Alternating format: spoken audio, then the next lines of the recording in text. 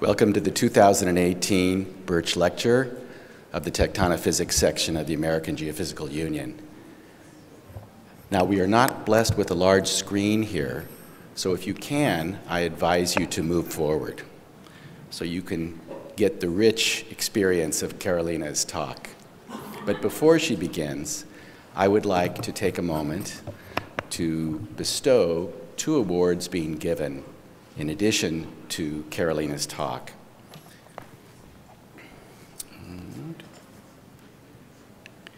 And the first is the Paul G. Silver Award for Outstanding Scientific Service, which is given jointly by Geodesy, Seismology, and Tectonophysics.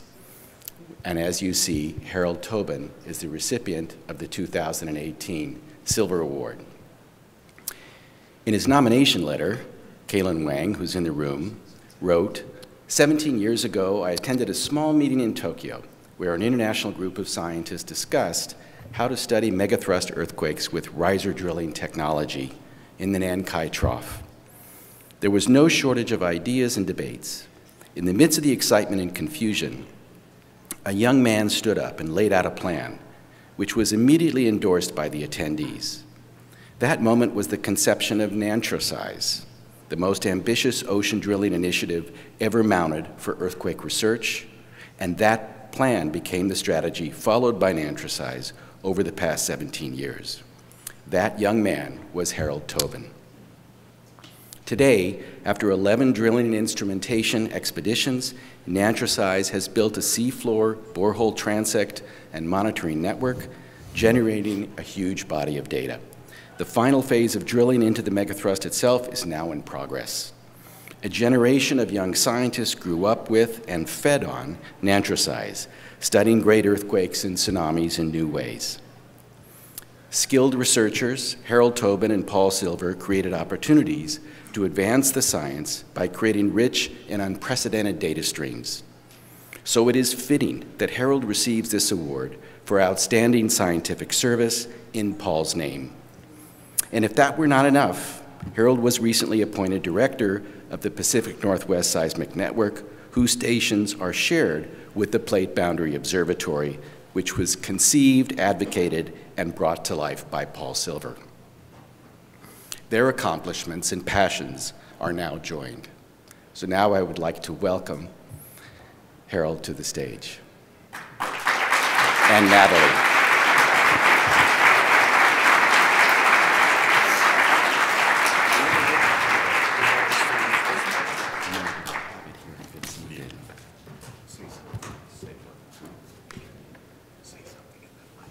Hello.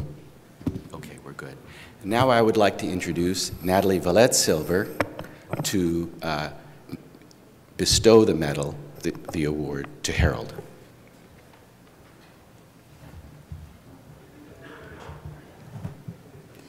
First and foremost, I want to thank Ross Stein for the invitation to be here today.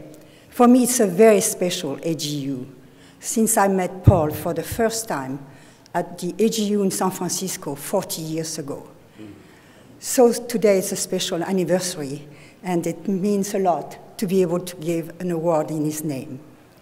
It is a great honor for me to be here to celebrate Paul's legacy and Harold's achievement. Paul was very curious, creative, enthusiastic, unselfish, unpretentious, hard worker, and dedicated and fun. He had an infectious smile that could brighten any gray day or loosen any tense situation. His creativity stemmed mostly from his unorthodox background, as he was a philosophy major and a musician. He was able to look at any kind of problem in all possible ways, and in the end, find solutions that were unexpected, but that would allow for advance in the resolution of the problem itself. He loved working with young people, young scientists, and from what I know, was a great mentor. He loved sharing his enthusiasm and love for science and discussing his idea with all his collaborators, using the critics to refine and correct his ideas. He was perseverant. He was not stopped by any setback, but worked harder to go forward. This was true not only in his professional life, but also in the private life. As a school PTSA president or president of our local citizen association that include many, many lawyers. Because of all these traits, he was able to find solutions that will be good for a greater scientific community. A native of California, he knew the devastating impact of earthquakes and the need to better know the processes that led to earthquakes if we want to one day be able to predict them. That was the guide that guided him in the conception, advocacy, and creation of the Plate Boundary Observatory. He worked tirelessly to find the best solution for the majority of those involved and advance the knowledge of Earth's functioning. So today, it's a very great honor to bestow the award in his name to Harold Tobin, who has demonstrated the same qualities of creativity in service of the whole scientific community.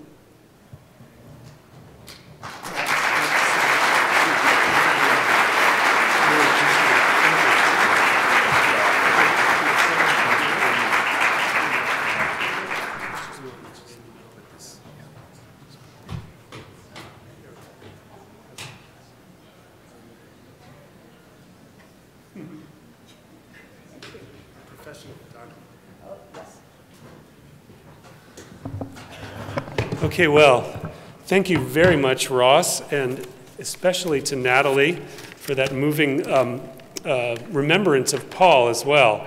And I'd also like to say thank you very much to Kellen for spearheading the nomination. Kellen, that young man has turned into kind of an old man, and Nantricize is still going, but we like to see it come to an end relatively soon. This honor has really come as a complete surprise to me when I found out that I had been nominated and it had been decided, and it's a humbling surprise to me because of all of the people who are doing so much for science that are probably in this room right now, and also for Paul Silver's legacy. I just met Paul a few times in the early days of the PBO stuff going on, and knew him as this vibrant and interesting and funny person. And since this award has been announced, I've heard from so many seismologists and other people in our field great stories about Paul, time going from grad school to all throughout his life. He was a person who touched a lot of people.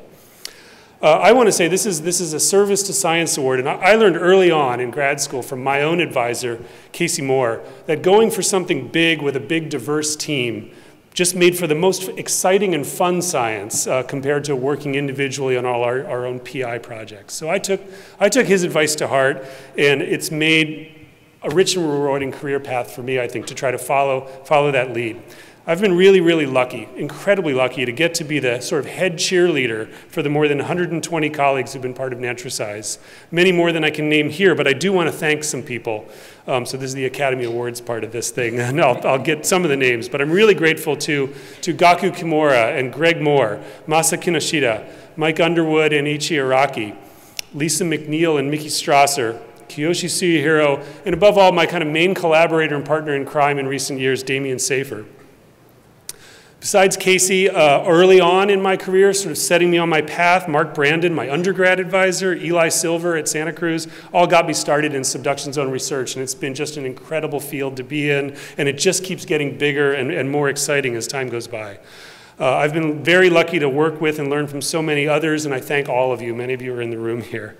Heartfelt thanks to all my colleagues at New Mexico Tech, where I was for my first faculty position, and at University of Wisconsin, where I was until just a few months ago. So really this award is for the work done there, who supported my efforts in organizing big science, even when this kind of science, as many of you know, doesn't necessarily bring the big bucks to your own home institution, but they were really supportive along the way. My own former students, Matt Knuth, Tamara Jepson, Susanna Webb, Sarah Bremer, and many others have been phenomenal in the Nankai work and in general working with me. And none of what I could have done, finally, would have been possible without the incredible support and definitely tolerance of long seagoing expeditions of my family, Mary Dwyer and my children, Kira and Iris Tobin. So I'm about to head out. Next Tuesday, I fly to Japan, and we'll get on board Chikyu for IODP Expedition 358, which is already underway and drilling hole. We currently have the deepest scientific borehole in the ocean bottom anywhere in the world, and more than 3 kilometers deep, and we're trying to get to the plate boundary at 5+ kilometers deep. And then meanwhile, with all of that going on, also in this new chapter of my career at Washington, the 2 big science hats that I'm wearing now, the Pacific Northwest Seismic Network and the beginnings of this project called SZ4D, Subduction Zones in 4 dimensions as a planning project, promise me many more years of fun science working with lots and lots and lots of dedicated and creative people. So I couldn't be more excited about the future. Thank you so much, everyone.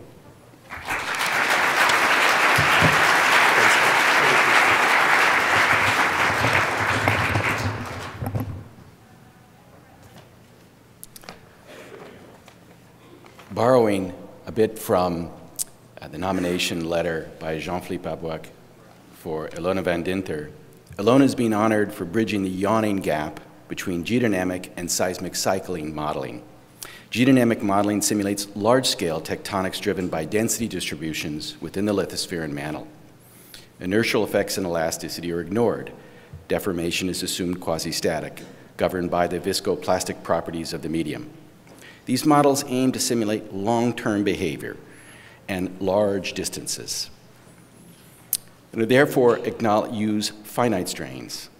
And of course, a founding father of this discipline, so critical to the discovery of plate tectonics, is Jason Morgan, in whose honor this award is given. In contrast, seismic cycle models are designed to simulate the stress, buildup, and release to catastrophic rupture. Deformation is governed by elastic properties of the medium and the frictional properties of faults. Inertial effects can't be ignored, and the typical time scale can be as short as seconds to as long as years, and a scale of centimeters to kilometers. So reconciling these processes in one model is essential because short-term processes depend on the thermal structure and stress distribution, which are dictated by long-term processes. Ilona has made stunning headway in addressing this challenge, harnessing the numerical tools she developed to tackle key scientific questions. Ilona, would you please come up?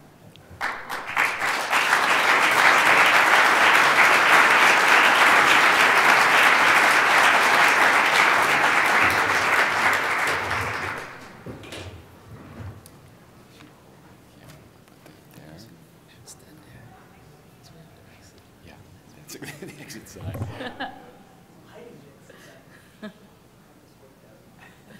Cool. Okay. And now we'd like to hear from Ilona. Thank you, Ross. I'm very honored to receive this prestigious award amongst so many young, talented scientists here. So I would very much like to thank Jean-Philippe Abouac and Kélin Wang for this nomination. I admire the great science that you do, so this recognition means really a lot to me coming from you. When I started to try and bridge geodynamic and seismic cycle models 8 years ago, I did not know if it would work and if one day you would know my work. So therefore, getting this award through your incentives means really a lot to me.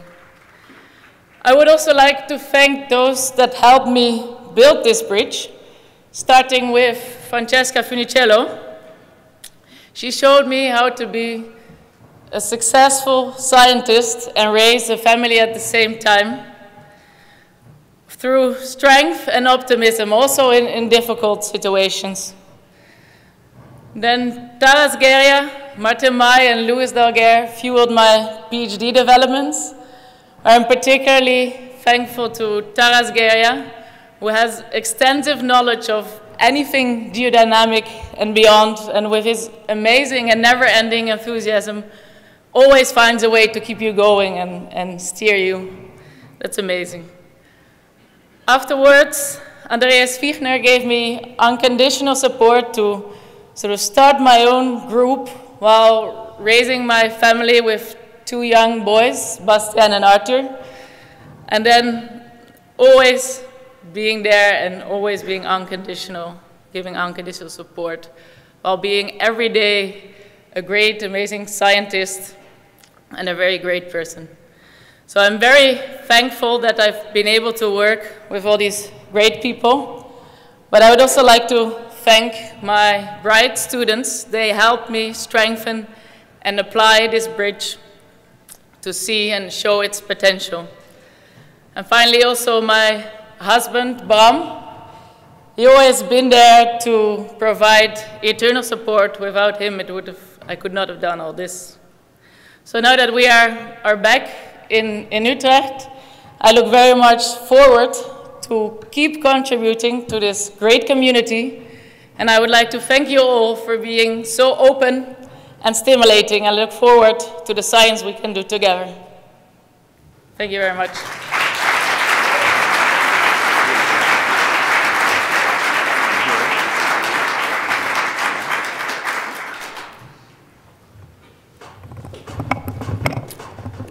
And now, kind of in a symbolic gesture of passing the hat, I would like to bring up the president-elect of Tectonophysics, Julia Morgan, who takes over in January, and she will be introducing Carolina.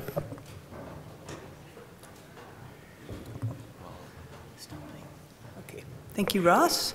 And I think first we should thank Ross for having done such amazing service for Tectonophysics for the last 4 years.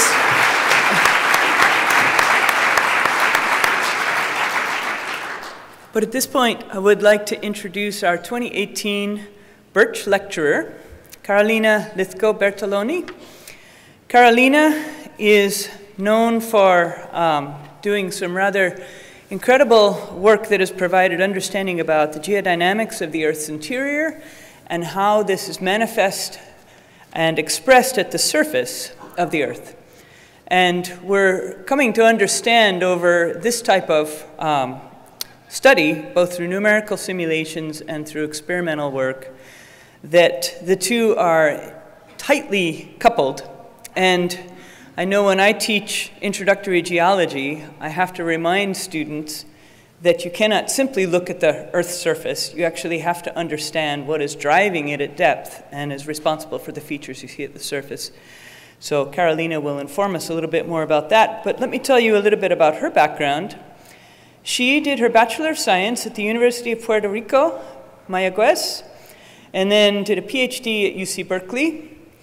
Following that, she was at the University of Göttingen for a year, and then earned a prestigious Carnegie Fellow and NS postdoctoral fellowship, and worked at Carnegie Institution in Washington.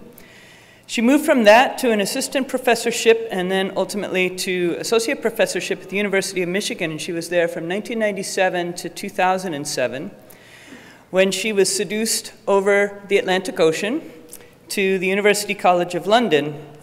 And she was on the faculty at the University of College of London from 2007 to 2018, when we lured her back to the US, and she is now the Louis B. and Martha B. Schlichter Endowed Chair in Geosciences in Earth, Planetary, and Space Science at UCLA. A great honor. Carolina has been involved in many of the communities that have brought us some of the best tools and best practices in geodynamics, including CIG and CIDER. And she has very well published, has on the order of 60 or more first authored and co-authored papers that demonstrate a wide variety of techniques and insights that she's provided. And she's given more than 80 invited lectures. And I think today's talk will be a good insight into why she is so popular on the lecture circuit. So I would like to invite you to the podium. Carolina.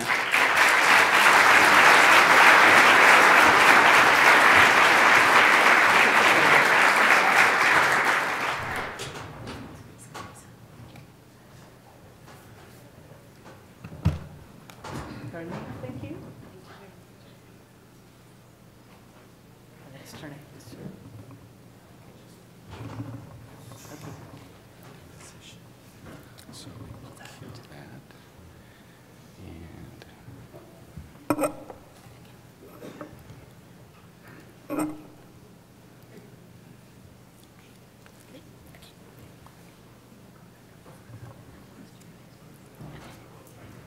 Thank you very much for attending. I actually wanted to start not only by thanking the organizers, but also by reassuring the young people in the audience who will soon find themselves in similar positions that age and experience do absolutely nothing to make you less nervous. With that, I actually attended a session co-organized by our president and our president-elect yesterday called The Giants of Tectonophysics, which reminded me that if we're able to see further today, it's because we stand on the shoulders of giants. So in our understanding of the Earth, we have benefited from the great contributions of all the people here, but also that came before us. And perhaps one of the tallest giants was, in fact, Francis Birch, for whom this lecture is named. And I have my own, actually, slightly removed contact with Francis Birch, because his son, when he was doing a sabbatical at the University of Puerto Rico at Mayagüez, where I was doing my bachelor's degree in geology, taught me my first ever geophysics class and inspired in me a desire to actually combine the geological observations that I was learning in the Caribbean, which is rich in geology, with an understanding of the forces that drive it, as you see here. And in fact, it's geological observations such as this, the bathymetric and topographic map of the Earth, where we see the great complexity that we have to understand how it came about. So we see, for example, the bimodal distribution of oceans and continents pointing to a differentiation and the role of partial melting in governing sort of the surface of the Earth, which will become important later. We also see the relatively smoothness of the ocean basins with a deepening towards these narrow regions of the deep trenches. And we see that there is a great deal of deformation and heterogeneity in the continents, pointing perhaps to rheological differences between the continents and oceans that we seek to explain. If we actually sort of overlay on that the geology that we see at the surface, a map of the geology, we see that the smoothness that we observe in the oceans and the heterogeneity we observe on the continents is actually followed by the distribution of ages, of the great distribution of ages that you see on the continent with great diversity versus a much smoother ocean, which actually from the zero age at the ridge and towards the oldest ages, about 180 million years, actually explain that deepening of the ocean towards the ocean trenches. And it's observations like this over many years that have led us to try to connect, an explanation of the physical insight of the physics of what's going on inside the Earth with what is at the surface, and to say things like plate motions are the surface expression of plate tectonics. Now, can we understand, in fact, from the physical point of view of our planet, how the interior and the surface are related, and that heterogeneity that you see, is it related to the smooth interior that you often see in cartoons? And actually, if we think for the fact that our planet is big enough to behave as a fluid, in a fluid system that we expect to be convecting, in fact, most of the thermal heterogeneity should be in the boundary layers at the top and the bottom. I was told not to use the laser, so forgive me for this not great way to point at things. But most of the thermal heterogeneity, and for that matter, the chemical heterogeneity, will be contained in the boundary layers of the system. That thermal and chemical heterogeneity, then, the great temperature gradients that we see, for example, in the oceanic plates, actually has to be returned to the interior in convection, and how it's returned to the interior will depend on the scales of convection, as we can see in this picture here. But what that says is that what we see at the surface in terms of the chemical contrast and the chemical differentiations due to partial melting at the ocean ridge and so on, and the thermal heterogeneity return to the interior and therefore continuously modify the interior. And in fact, here we could say that the interior is in fact controlling the surface. This, of course, is an observation that we've had for a very long time, that insight of Arthur Holmes, another giant, I think, of tectonophysics, perhaps pre-tectonophysics, that in his book actually not only had the downwellings, coinciding with the oceanic deeps, but actually the idea that you would form a new ocean and that partial melting and differentiation were important because you can see here, a different composition that you get both for the oceanic crust and for the continents. We've known the equations that govern the flow that can give us insight into how the interior moves. These conservation equations of mass, momentum, and energy, we've been able to solve for a long time, not exactly, of course, but they hide in them a difficulty inherent to combining plate tectonics and fluid dynamics. And that what it hides, and because I haven't provided it here, is that in this term right here, the constitutive equation between relating the stress and the strain rate lies all the rheology that makes possible for a fluid like the Earth to make plates like the Earth has. And in fact, it's insight into the rheology, such as previous Birch lecturers like Greg Hirth have studied, that allow us to then today make, with high performance computing, three-dimensional simulations of the fact that downwellings in the Earth are not double-sided like in Holmes' picture, but one-sided subduction with with characteristics that are important for that. Now, our information of the rheology is incomplete. Right? We don't know all the laws that govern the rheology and therefore that affect the physics. We don't understand necessarily all the rheology at plate boundaries, though we're trying. And so that leads us sometimes when we try to understand the connection between the interior and the surface to parametrizations of our ignorance. And I don't mean that in any sort of pejorative way. I think it's sometimes the only way forward is to parameterize our incomplete knowledge in a way that allows us to make progress. And this is one way in which other giants of tectonophysics have actually made progress, and it's the very influential work of Forsyth and Ieda, in which they actually parameterize all the forces that they thought were acting on the plates to try to understand the kinematics of plate motions and the dynamics of plate motions by accounting for the forces working at the edges of the plates, but also into the interior, including the fact that the oceanic lithosphere becomes the most dominant source of buoyancy as it cools and thickens towards the trench. And because it cools, it actually becomes stronger, acts as an effective stress guide so that the plate is guided into the interior and is resisted only by some of the mantle drag.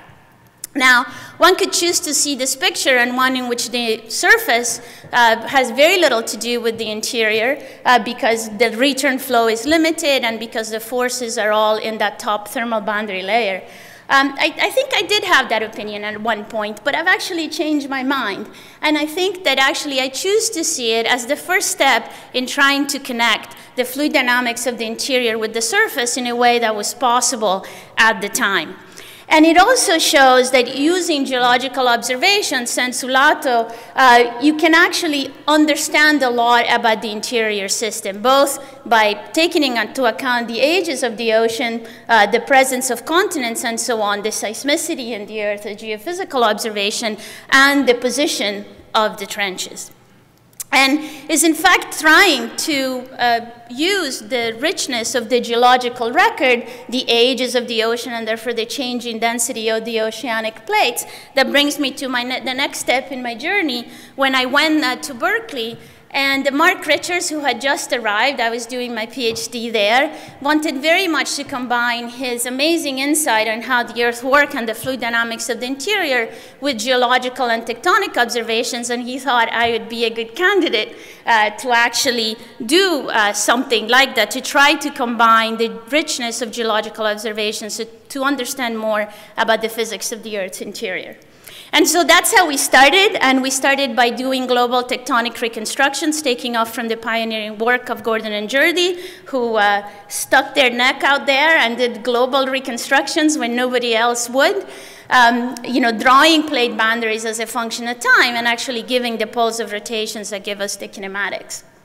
And you can see here, and we did it with, from published information, all the way back to 120 million years. But our goal wasn't just to do the tectonic reconstructions, was actually to use the location of the plate boundaries and the speeds of the plates to see if we could actually say something about the structure of the interior. And here come part of the physical insight that Mark, and for the matter Yannick Ricard, who was involved in this work as well in 1993, had, and that is if we if we understand that the convecting system of the mantle is actually predominantly an internally heated system, we can argue about that, then the top thermal boundary layer contains almost all the density heterogeneity, all the thermal heterogeneity, and should be the dominant thing in the system.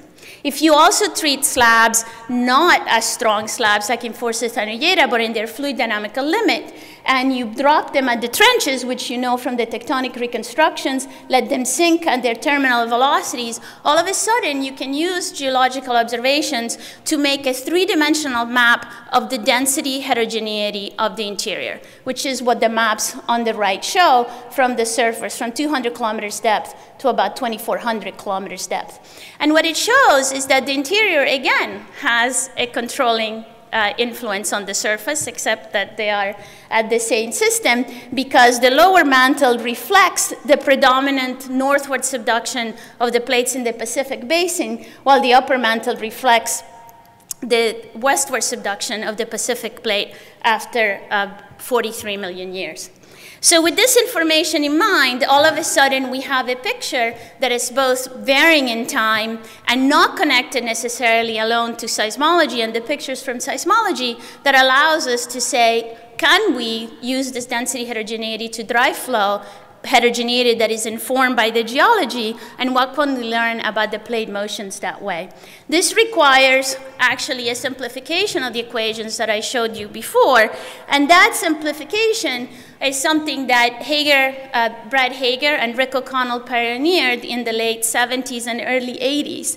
And Rick had a profound impact on my career, both in terms of the support that he provided, but also because he became a leader of a certain branch of geodynamics to which I belong, that didn't just want to do first principles geodynamics, but actually take simpler models to see if we could predict observations at the surface and compare to them. And I think these two branches of their geodynamics are completely complementary.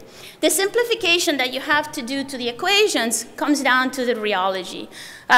It comes down to the fact that if we assume that the system is Newtonian and there is a linear relationship between stress and strain rate, you can actually simplify the momentum equation. And if you also realize that you have a density heterogeneity, such as that I constructed before, you don't have to solve the energy equation. And if you don't do that, then you can have analytical solutions to these equations in a spherical shell that will allow you to compute the flow and actually make interesting predictions about velocity, stresses, strain rates, and so on.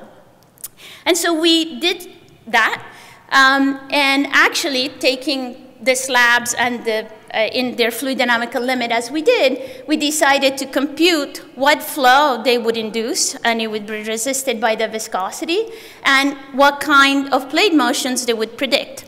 And so you see that in that comparison here, the arrows, of course, are the direction of the plate motions. The colors are normalized velocities. And you can see that, in fact, in terms of the prediction of the arrows, they are really good. In fact, point-by-point correlation on the surface of the sphere is on the order of 0.83 with a model that has one parameter. And so that's not bad. But the speeds are very wrong, right? And they're wrong in the way that Forsyth-Hanuyera showed that was important for the kinematics of plate motions, and that is that not all plates go at the same speed, even if they're going towards the same subduction zone, but actually that continental plates go much slower. Or in fact, the actual observation is that plates that have slabs attached to them go much faster. And this brings us back to the rheological complexity, because it's in fact the fact that slabs are strong and act as coherent stress guides that allows us to actually pull on the slab and make this better. And in fact, you know, the other path in my career is I've been lucky and blessed to work with some fantastic students and postdocs from whom I have learned their hard work, their dedication, and also who have taught me more than I could ever teach them. And one of them is Clint Conrad, whom I met his very first day as an undergrad at Berkeley, because I was his TA for introductory geology. And it was Clint that had the insight to say, we can use the slab model you produce, calculate the excess weight of the excess mass of the slabs in the upper mantle, and apply that as a torque on the plate that the slab is attached to directly, and use that as a proxy for the strength of the slab, as we show here. So we now have something that it's induced by flow and something that lets the slab act as a strong, coherent stress guide. And when we combine the two, we actually not only reproduce the direction of plate motions, but also the speeds of the plate motions. And this understanding actually really tells us not only that plate motions are the surface expression of mantle convection, but that plate tectonics is mantle convection. And in fact, mantle convection is plate tectonics. Of course, flow in the mantle isn't just horizontal. Flow in the mantle is also vertical. And the result of the vertical flow in the mantle is that it produces stresses that deflect and deform the surface directly. And that deformation of the surface has crucial consequences for inundation of continents, which Jeremy Trevica, another Birch lecturer, realized a long time ago, which is that the Farallon pulling down on North America probably is the cause of the interior seas in the Cretaceous.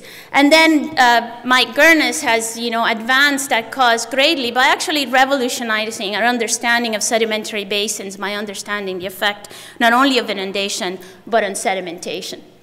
And so it is important to look at this, and in fact, it is the contributions of dynamic topography that are the most important for geoid anomalies today. This is something that, you know, Hager and Richards and Ricard et al. Understood very well. And these are what the maps of global dynamic topography look like. They are, in fact, dominated by, you know, low regions of dynamic topography are in regions of long-lived subduction. And away from long-lived subduction, you have both the return flow from the mantle and therefore upwellings that could also be related to the large low shear wave velocity provinces that we see. Now, this is controversial today, and not the presence of dynamic topography, which we understand, but the amplitude of the dynamic topography. And because it is hard to see how, even as coupled that I think the mantle and the interior are, you produce peak-to-peak amplitudes of close to 3 kilometers. So perhaps, but we can be wrong, because in fact, the fact that we don't know what the amplitudes are means that we're missing some physics. And if we're missing some physics, there's a lot to be learned that it's important. So it's okay to be wrong. All right? But one place to go perhaps look is regionally instead of globally, and one place is Africa. Africa, because it actually has been away from subduction for a very long time, and it has, the southern African craton is 3 times as elevated as the average craton on Earth. And it has no particular anomalies in heat flow, it doesn't have a thick crust, and so this dichotomy had been noted for a long time. And this dichotomy was pointed out to me by Paul Silver, who was my postdoctoral advisor at Carnegie. And Sean Solomon yesterday did a great job, eloquent job, of identifying not only the selfless generosity with which we honored Harold Tobin today in terms of the scientific community, but also the great scientific contributions to understanding mantle flow by using seismology, by using anisotropy in particular. Perhaps most important to me is that part of his legacy is the fact that he mentored about 3 dozen postdoctoral scholars for whom his enthusiasm and his unbounded creativity were critical to their development, and that is one of the reasons why I'm standing here today. So Paul, in his characteristic way, convinced me that I should do these calculations and that they would be very important. And in fact, we did. And so we just took actually a tomographic model now as for the mass heterogeneity, and we computed what the dynamic topography would be. All right, and so that looks pretty good, right? So that's the easiest paper I've ever written. I wrote it in a day, and characteristically of Paul, we sent it to Nature and we got it published, and got the cover. Probably my greatest achievement. I should have stopped right then and there and do something else. And in fact, but when we compare it to the residual topography, that is the topography that does not include the isostatic contributions of the Earth, the isostatic contributions of the crust and the mantle lithosphere, actually, the agreement was spectacular. And again, because dynamic topography is controversial, more recently, we have learned that, hey, perhaps this was not the case, right? Perhaps we have ignored the fact that the low shear wave, low velocity provinces aren't just thermal in origin, as I assumed here, but actually have a thermochemical component. We've also learned from the geology, both in terms of the drainage systems in South Africa and other places, that this perhaps isn't quite the explanation. But again, it's okay to be wrong, because you learn more from defeat than from victory. But it also leads you to see that actually maybe incorporating the compositional heterogeneity, the thermochemical effects, and using the geology at a more regional, deeper level than just the residual topography can teach us a lot about the physics of the interior and about the connection between the interior and the surface. That brings us across to the Atlantic, to South America. And South America is a great place to actually look at the system. Also has been above sea level most of the time. There have been a few transgressions, but the subduction of the Nazca Plate under South America shows a great variability in ages and therefore of density, first of all, but also a great variability in the morphology of the system. So the geometry of the density heterogeneity that goes down and drives dynamic topography. And it has a great geological record, which I was able to exploit thanks to Federico Davila from the University of Cordoba, who actually brought this problem to me, and he said, could we do this in an interesting way? And one of the things we've known this for a long time, that the dip along strike varies tremendously, and it's partly because of the subduction of aseismic ridges. What we found out more recently is that those aseismic ridges that cause this flattening of the subduction zone also have thick oceanic crust. This has been measured seismologically, both for the Peru flat slab and also for the Chilean segment.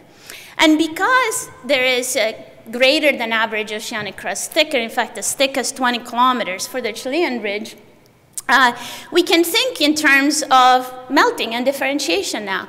And that if we have 20 kilometer thick oceanic crust, the depleted complement to the oceanic crust that was formed will actually be thicker than average on the oceanic lithosphere. That has different material properties, has a different density.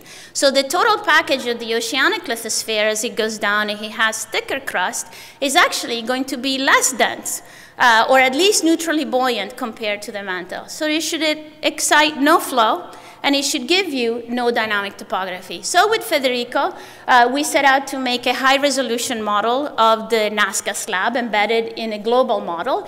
And you can show here that included the variations, included the morphological changes, but also the variations in density due both to ages and to the thicker segments.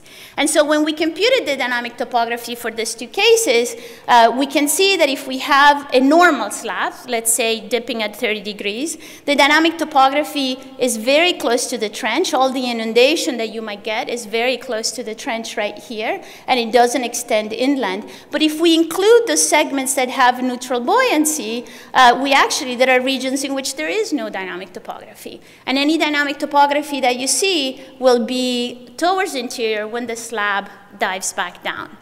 And because in South America we know, or we expect from the geological record, that the slab has evolved from being normally dipping to one that is has flat segments, we can actually look at the temporal evolution of the dynamic topography, which has consequences for uplift and subsidence.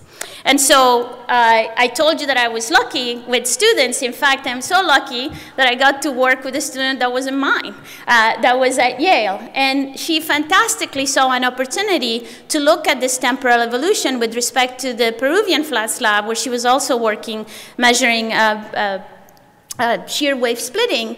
And what she realized is that if we have, the colors in so this is the South American margin, the colors are the dynamic topography. This is for a normal slab. The dynamic topography close to the trench will actually just bring down the continent. And at this time, the Amazon was actually draining to the northwest, partly because the continent is tilted towards the Pacific. But with the arrival of the flat slab and the uplift that it causes going from a normal slab to a flat slab, actually this becomes elevated and the basin is formed in a different part, sort of towards the interior. As the system starts draining towards the interior, you actually fill up the basin. And once the basin is filled up, it can all drain towards the Atlantic as it does today. So there is a control not only on things like the global scale, like plate motions and the geoid and so on, but actually on things like fluvial drainage patterns, for example, of the Amazon.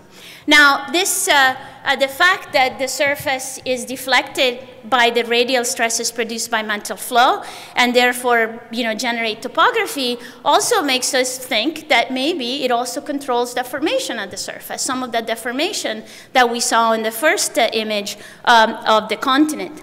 And how do we measure deformation? But by measuring the stress. And it was the great insight, I think, of Mary-Lou Zobak, another one of our giants, that if we actually collected all the information we had about the directions of the stresses that we had from different sources of information, for example, hydrofracking, borehole breakouts, and seismicity, we could actually say something not only about the local orientation of the stress, but also about some global and regional patterns. And it was amazing that measurements that maybe go 1 kilometer deep could actually tell us something beyond the local topography and the regional patterns. But the regional patterns are very clear. Certainly in North America, where you have compression in the Appalachians, extensions in the basin and range, and strike slip in the San Andreas, but also more globally, where we have Tibet and the Himalayan region. It isn't just controlled by topography, because if you actually look at the pattern of the blue lines here, which actually is the azimuth of the most compressive stress, and the colors represent the different regimes from compressional to strike slip. The actual pattern of the azimuth of the most compressive stress in the blues is actually a ring of compression that coincides with the region of long-lived subduction. So if we step back a second and look at what the sources of stresses are, where does deformation come from in the surface, mediated, of course, by the rheology? It is, of course, related to the topography and to inhomogeneities within the crust and gravity acting upon them, right? Because gradients in those quantities, if you want the gravitational potential energy, will be balanced by gradients in the deviatoric stress. But we have other sources, right? Just like forces Agneta identified in the parameterized picture that have to do with the flow, both vertical tractions and horizontal tractions, and edge tractions perhaps related to the particular rheology that you might find at a plate boundary. So we set out to actually look at how this might cause deformation of the surface. And one way to understand how tractions cause the deformation is to look at law of thin shell equations in an elastic shell. And you can see that the tractions, which are identified here as Q's, so the horizontal tractions, are balanced by the gradients in the stress resultants. Okay? And you can also see that the stress resultants themselves are balanced by the radial tractions, the same radial tractions that give rise to dynamic topography or arise from topography and inhomogeneity in the crust. And in fact, they're so important that if they weren't there, the entire regime of deformation would be strike slip in an elastic shell. So with a student Jerome Gwynn, we looked at how mantle flow and crustal contributions generated stresses in the lithosphere. And so this is a map of the mantle tractions, right, that we used. They are from the slab model that I showed you at the beginning, and that we used to compute the deformation in an elastic shell. So the colors are, in fact, the tractions that give rise to dynamic topography. Here you can see the lows due to the long-lived subduction in the Western Pacific. And the tractions, the shear tractions in the arrows, you can understand them this way. These, they're the shear stresses from the flow, but if you integrate them over the boundary, over the plate, they actually give you the plate motions that I showed you a few slides ago. So what are these contributions from the mantle? So you can see here, this is the same exact scheme as in the world stress map. Which is, the azimuth of the most compressive stress and the colors representing the regime. And at the top, these are the radial tractions alone, nothing else. And at the bottom, is the totality of the horizontal and radial tractions. And you can see that the radial tractions dominate completely the system. Okay, and they dominate completely the system because it's essentially impossible to decouple the normal stresses that give rise to dynamic topography from the surface, from the lithosphere, even in the presence of a low viscosity channel, and this calculation has. In fact, it takes more than 4 orders of magnitude reduction in viscosity to even decouple it by 50%, to even decouple the efficiency of the stress transmission by 50%. However, of course, this isn't all that's going on. I told you that inhomogeneity, both in terms of the topography and the crustal density, for example, will affect things. And we have to have some way of taking that into account. And it should be very important locally. The problem is, how are we going to do that? First, our knowledge of the crust is limited, especially of the lower crust. And our knowledge of whether all the areas are isostatically compensated or not is also limited. So we just decided to do 2 different M members, one which is completely isostatically compensated with a uniform density mantle that it's taking up that compensation, and one where we would use just the raw data from Crust 2.0 and didn't compensate anything and still used the same thickness mantle underneath. And in the same scheme as before, it really doesn't matter which one is which because they're very different from each other and they don't look at all like the world stress map. Okay? They're also much smaller in amplitude, which is not surprising given that the buoyancy content is really not as large, right, as what we have in terms of the mantle. Nonetheless, they're important locally, and they are important locally, as you can see, in the combination of both the crustal contribution and the mantle, compared now to the observations, which are in the thick bars that you see here. And this combination shows you, it is hard to see, but locally, for example, in Africa, in East Africa, some of these regions, the topography becomes really important, and thus the inhomogeneity, but the radial tractions are dominating the regime, and there's no other way to explain the ring of compressive stresses in this region than the presence of mantle flow and dynamic topography. Is it possible that we have a limited understanding of the crustal contribution because we used a very simple model of what the lithospheric structure is? One, in fact, that doesn't take into account that first map I showed you of the geology, both the richness in the tectonics of continents and the ages, or the variations in the structure of the lithosphere in terms of the thickness. So we decided to build a model that was thermodynamically derived lithospheric structure, where we took into account the presence of a depleted mantle and so on. And in this comparison, which I realize might be hard to see, with a former student, John Naliboff, now at University of California, Davis, in fact, just the simple taking into account of the density structure of the lithosphere can lead to variations not only in amplitude, as you can see from here and here, but also in regime and direction of the most compressive stress. So how, in fact, so that doesn't get us any closer. That contribution is still uncertain. But the thermodynamically derived lithospheric structure let us understand that the physical properties of the rocks are very important. And to do that, we need to marry, and I mean that very literally, what is normally in the realm of petrology, which what is in the realm of mineral physics, and that is to understand the phase assemblage as a function of bulk composition, pressure, and temperature, and be able to self-consistently predict the physical properties that are going to be important, not just for seismology, but actually for dynamics, such as density. And so this requires a machinery and a framework that actually takes into account the minimization of the Gibbs free energy subject to the constraints of fixed bulk composition, but also a generalization, an anisotropic generalization of the finite strain of Birch. And this was an insight that Jeff Davies, back in his incarnation as a mineral physicist and not a geodynamicist as later on, had in 1975, before we really had any data that would allow us to do this. But by combining these two things, we're able to make a full thermodynamic model of the mantle, predicting the phase assemblage and the physical property in a self-consistent and robust way.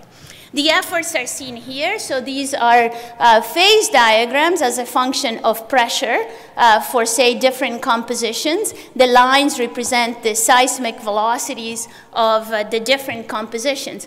Obviously, the phase assemblage changes dramatically from, say, basalt to pyrrolite. So the phase proportions are very different. But so do the presence of the phase transitions that are controlled by pressure. So you can see that the proportion is dependent on the bulk composition, but which phases you have is also dependent on the pressure, because the pressure induces crystal transformations, of which you're very familiar because of the seismic discontinuities as 410 and 660, which you can see here. But it's not only the elastic constants that change. There are other things that change, density, for example, and also things like thermal expansion.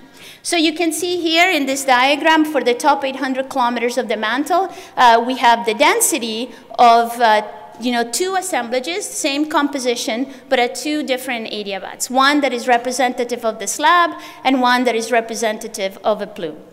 And for most of the time, the colder adiabat actually has denser material, as you would expect, because of thermal expansion. But in the presence of some of the phase transition, and this is the derivative of the density with respect to temperature, so essentially a measure of thermal expansion, there are some areas in which the effective thermal expansion becomes negative.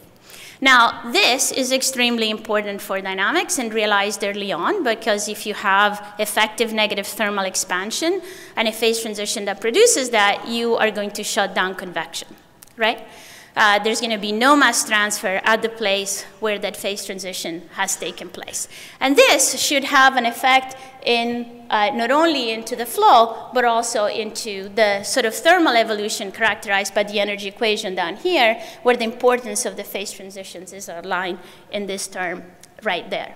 Now, the recognition came early on, and it came in the form of some amazing crystal clear papers in terms of the physics by Christensen and Ewan on the effect of the phase transition on this slab. And then in the 90s, Paul Tackley actually did it for a three-dimensional shell. So what we show here is the temperature field in the absence of any phase transition, and here in the presence of the olivine phase transition at 660, so going from ringwoodite to bridgemanite ferropericlase.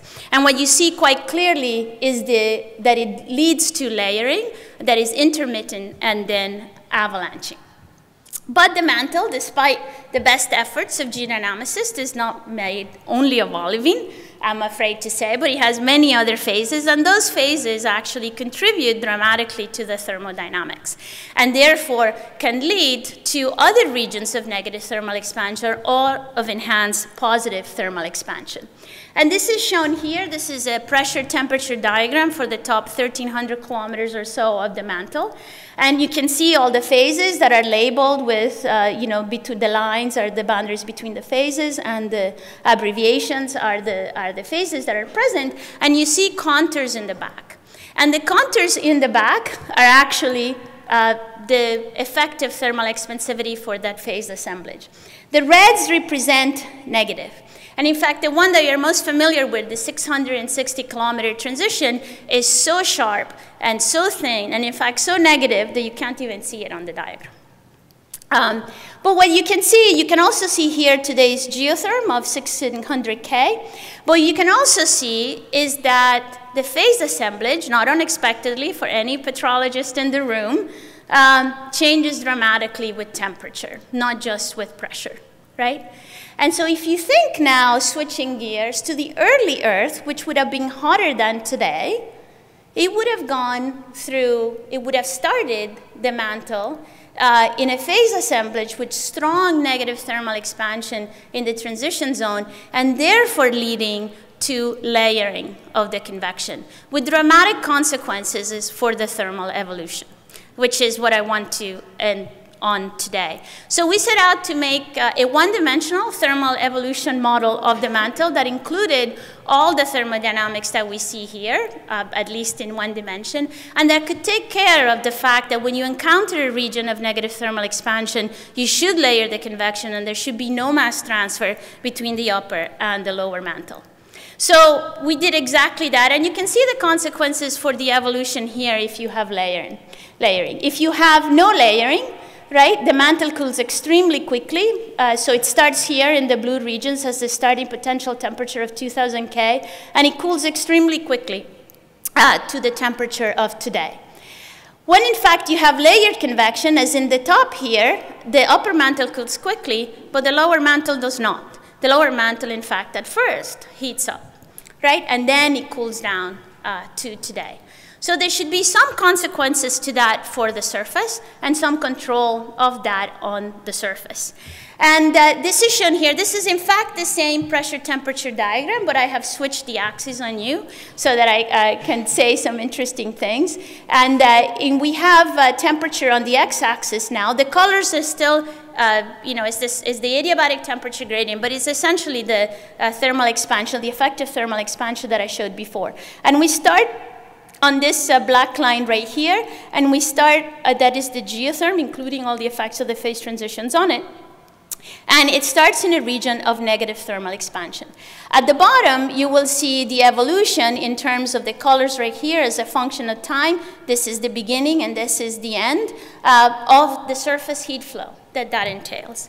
So you cool rapidly in the upper mantle, which is what you see there in the green line, and you're still in the region of negative thermal expansion. A little while later, at 750 million years or so, you're still in that region, and you've cooled a little bit more. But when you cool enough that you kick out of that region of negative thermal expansion, there is a sudden pulse in heat flow, because all of a sudden we've gone from a layered system to an unlayered system with complete mass transfer between upper and lower mantle. And the big pulse of heat should have very important consequences for the surface. And then you cool to something like the present day very quickly.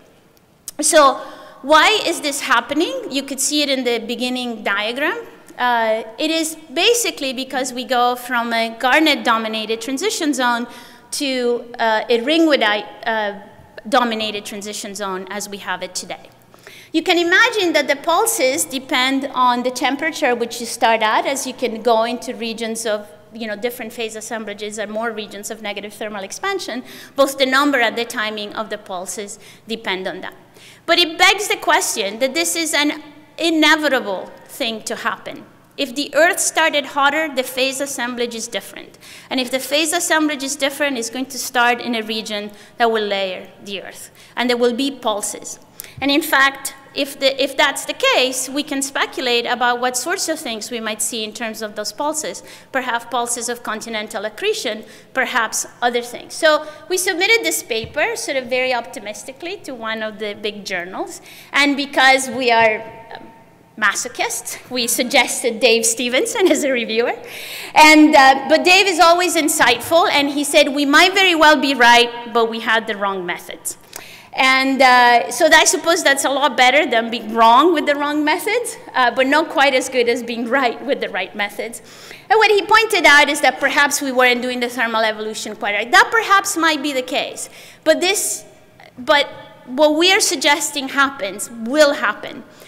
When exactly and how, we don't know. But that transition from temperature from a phase assemblage dominated by garnet to one that is dominated by ringwoodite in the transition zone is going to happen with deep implications. So we decided anyway to go into the realm of speculation and compare to this idea of Ken Condi of the thermal divergence of the magma generation temperature of depleted mantle, basalts from the depleted mantle. And so he has this idea that you get this big catastrophic change and cooling temperature.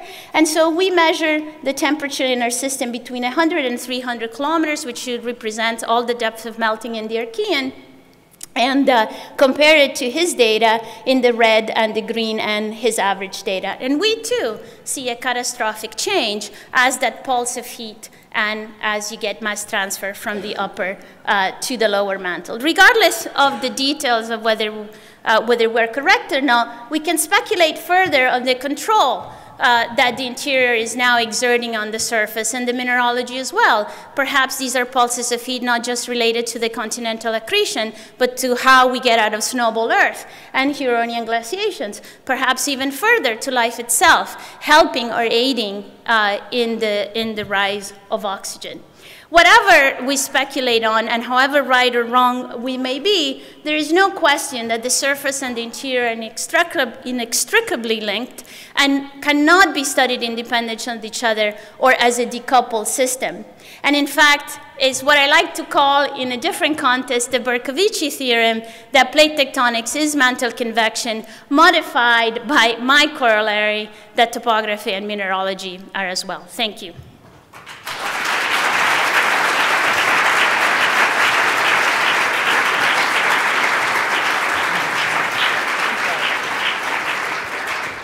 Thank you for a wonderful talk, and we would like to open it to questions.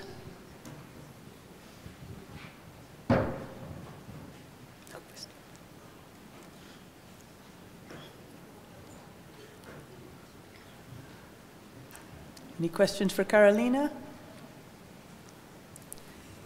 Okay.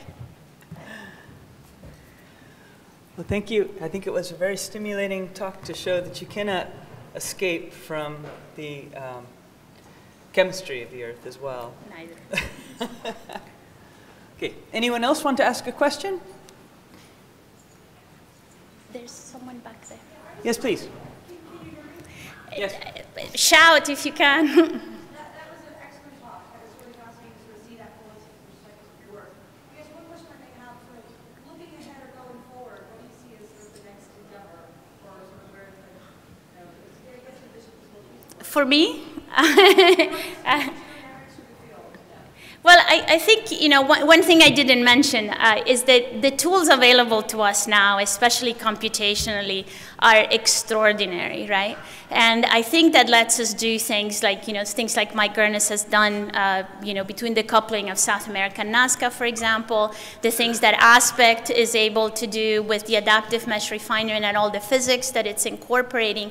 So I think in the future, I think the way to go and the way to learn more is actually to use these computational tools, including things like adjoint models, to actually use the geological data to not only inform the physics and the conditions, but for us to actually make models and then make predictions about where the sensitivity of the data lie. So if I were, for example, to do this for South America, sort of do it in a computational way, is to say, okay, I am predicting that there should be uplift here. Can we design a campaign of maybe a collection of data for thermochronology to measure the uplift that might have happened because of the arrival of the flat slab? Other questions from the audience? I'll ask one question, and that is, if I understand correctly, that you are suggesting that there are alternating periods of layered and more homogeneous convection, and that plays a big role in terms of what would happen with not just the surface, but also the atmosphere. And so can you delve into that just a little bit further? Maybe that is the future of this field. Not comfortably, no. I can't delve into that comfortably. I think that is one of the avenues, right? I think certainly, and I have to think a lot more about that. I think that there are going to be, actually for petrology too, the periods like this that could lead to melting will mean that melting will be in the presence of completely different phases, and therefore the petrology will be different. And I think the combination with sort of the geochemistry, sort of to some impact in terms of the oceans and the atmosphere is key. In fact, I've been talking to someone who keeps pressing me, okay, make specific predictions so that I can go find the geological data to prove you wrong. Well, that's very stimulating, and that may be the future of the field. We're leaving the surface and going into space.